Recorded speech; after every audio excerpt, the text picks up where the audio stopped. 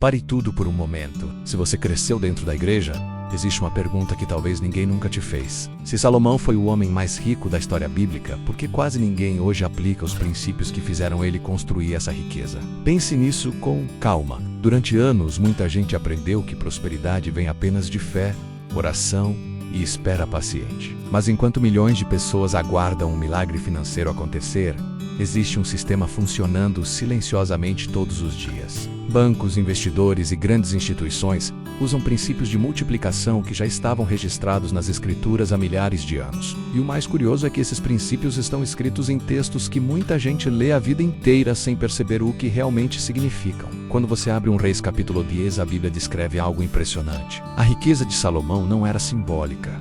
Não era apenas espiritual, era material e extremamente organizada. O texto afirma que somente em um ano chegaram ao rei cerca de 666 talentos de ouro. Historiadores estimam que um talento poderia pesar cerca de 34 quilos. Isso significa toneladas de ouro entrando regularmente em Jerusalém. Agora pense de forma racional. Isso não acontece apenas com oração.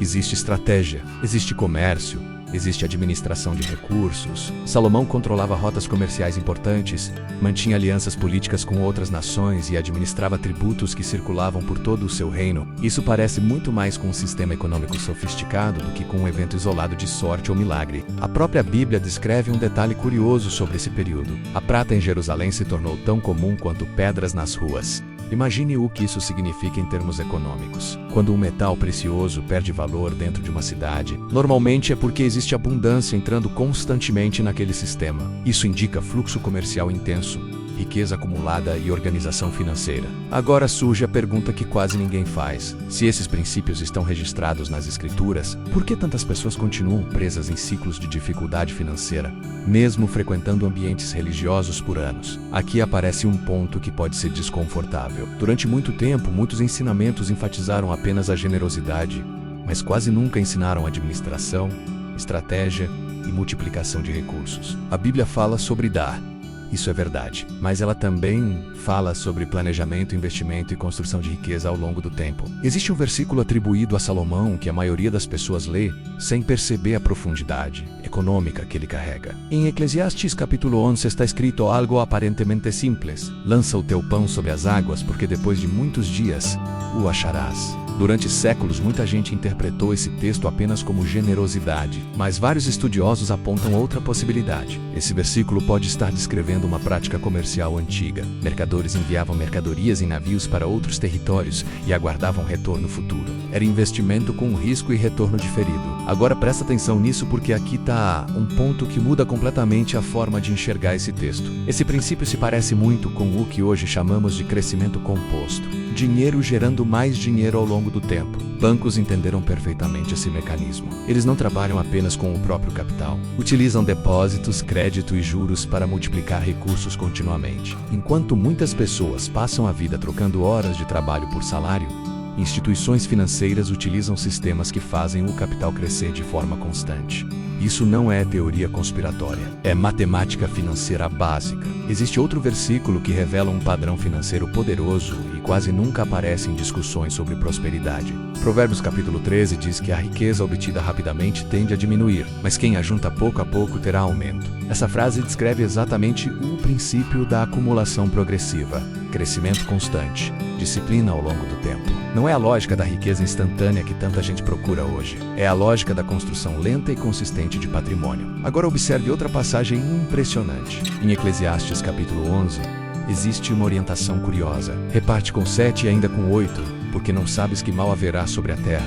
Hoje qualquer especialista em investimentos reconheceria esse princípio imediatamente. Isso se chama diversificação. Distribuir recursos em diferentes oportunidades para reduzir riscos. Esse conceito é ensinado em praticamente todos os cursos modernos de finanças. Mas ele já estava registrado há milhares de anos em textos atribuídos a Salomão. Quando você junta esses elementos, começa a perceber algo muito interessante. A chamada fórmula de Salomão não é um segredo escondido em um cofre antigo. É um conjunto de princípios claros, sabedoria para tomar decisões. Diversificação de recursos, investimento de longo prazo, administração disciplinada e visão estratégica. Salomão construiu um sistema econômico que incluía comércio internacional, alianças políticas e controle de rotas comerciais importantes. Era uma estrutura complexa para a época. Agora chega a parte que quase ninguém discute abertamente. Muitas pessoas dentro de comunidades religiosas foram ensinadas a depender apenas de intervenção sobrenatural, enquanto negligenciam responsabilidade financeira. Isso cria um ciclo perigoso.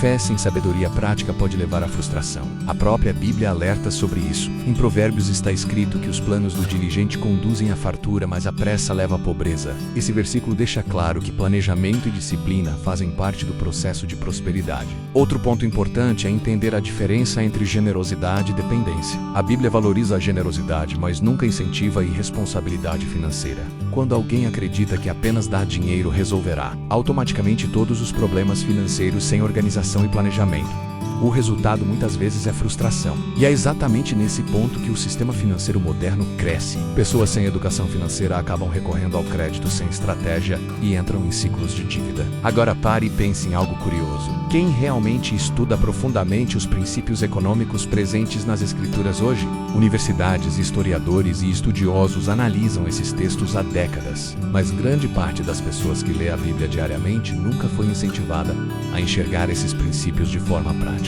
Isso não significa que existe uma conspiração mundial escondendo conhecimento. Significa que existe um enorme déficit de educação financeira em muitos lugares. E quem paga o preço disso são justamente as pessoas que mais precisam de orientação. Então aqui está a reflexão que muda tudo. A sabedoria de Salomão não era mágica. Ele entendia comércio, administração de recursos e planejamento de longo prazo. Reduzir toda essa história a apenas a ideia de que riqueza apareceu milagrosamente ignora metade da narrativa. Agora escute isso com atenção. Enquanto muitas pessoas discutem fé sem estratégia financeira, existe um sistema inteiro aplicando princípios de multiplicação todos os dias. A diferença entre escassez e prosperidade muitas vezes não está apenas na fé, está no entendimento e na aplicação de princípios. E aqui vem o ponto que pode mudar a forma como você enxerga dinheiro a partir de agora. Existem versículos nos escritos de Salomão que descrevem comportamentos financeiros que continuam extremamente atuais. O problema é que a maioria das pessoas nunca foi ensinada a observá-los dessa forma.